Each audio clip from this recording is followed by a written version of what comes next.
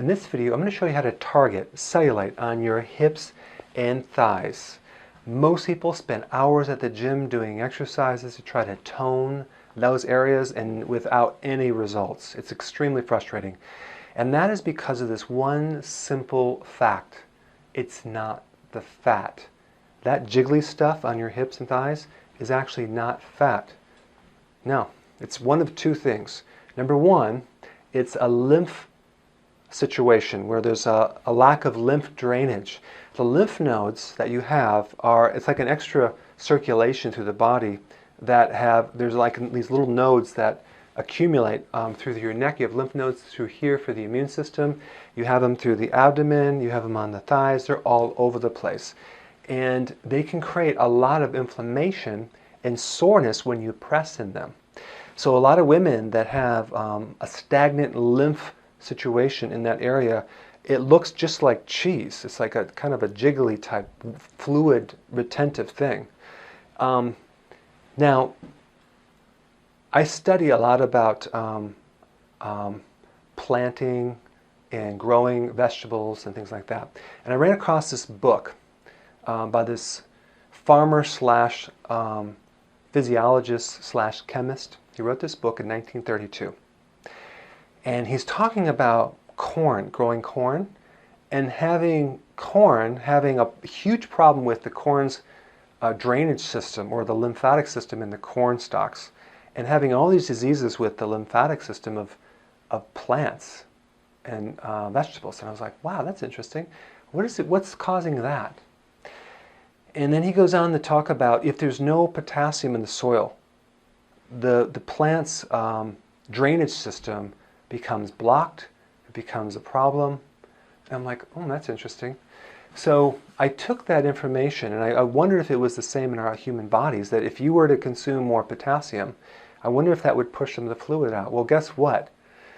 Sodium and potassium work as a kind of an alternative opposite effect. So if you're high in sodium, you retain fluid, right? If you're high in potassium, you can get rid of the fluid retention. So then I looked at potassium, and I wanted to know how much potassium our bodies needed. And I found out the daily recommendation is 4,700 milligrams. That's crazy. That's a lot of potassium. That's what our bodies need every single day.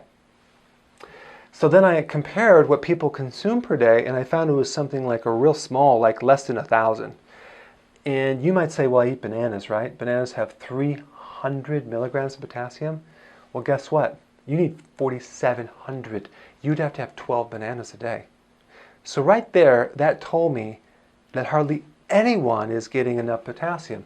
And if you have lymphedema or swelling or edema or fluid in your lymph and you're not getting potassium, no wonder it's not working.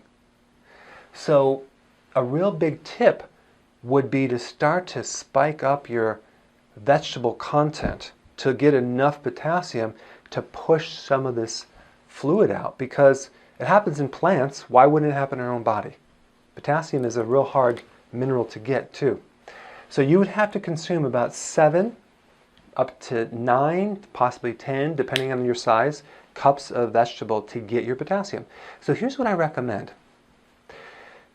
Take a blender, put some kale in there, put some spinach in there. Beet tops, by the way, have the most potassium out of anything on the planet. Yeah, those little green things off the beet tops, and you cut those off and you put those in the blender and you start blending. You don't juice it, you blend it. Put a little bit of berry in there, maybe blueberry, maybe strawberry. Blend it up with water. Drink one of those a day. Like fill it up here and then drink half, and then drink another half the other part of the day. Maybe add some avocados to there. Start increasing more potassium to your diet. If your problem is lymphatic water retention, and then that problem will go right away. So that's one step right there. So try that. The other cause of cellulite usually happens when you get in your 40s and your 50s, when you get close to menopause. And the reason for that is your adrenal glands, which are little glands on top of the kidney, they're stress glands. They're the backup organ to the ovaries. And so at age 52, or even before that, the ovaries stop working. They stop releasing eggs. The adrenal gland, because they make the same hormones, start having to do more work, and they start backing up the ovary.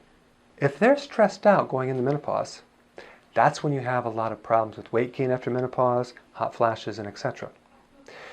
But if there's a problem with adrenal during that period of time, one of the symptoms is atrophy. Atrophy. What is atrophy? Atrophy is a shrinkage of your own lean body mass. It's your muscles. Your muscles break down. Your muscles turn into mush. They don't get, it's hard to tone them.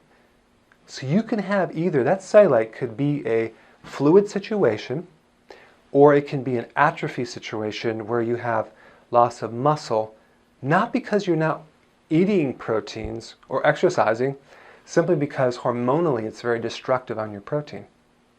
So what do you do? For that situation, you would want to strengthen the adrenals. Find something that targets and strengthens these adrenals and improve them. And part of that is sleeping and doing the right exercise and aligning your lifestyle with the support of the adrenal.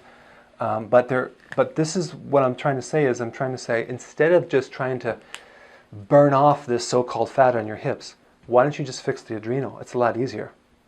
Okay, so those are the two underlying reasons for cellulite, and I want you to, apply some of the stuff I just showed you and let me know how it works. Okay, hope that helped. I'll see you in the next video.